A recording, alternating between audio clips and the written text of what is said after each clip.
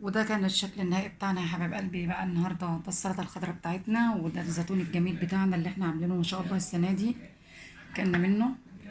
وده الشيبسي، وده الجمبري الحمد لله الروبيان خلصناه. وده العيش البلدي الجميل اللي انتوا عارفينه. ده العيش البلدي بتاعنا الجميل. وتفضلوا بقى معانا، ما بتفضلوا معانا بقى بألف هنا وشفا علينا وعليكم. ما تنسوناش بقى بلايك وشير وسبسكرايب للقناة. وإلى اللقاء في فيديو آخر، ودمتم في أمان الله، والسلام عليكم ورحمة الله وبركاته. وإلى اللقاء في فيديو آخر.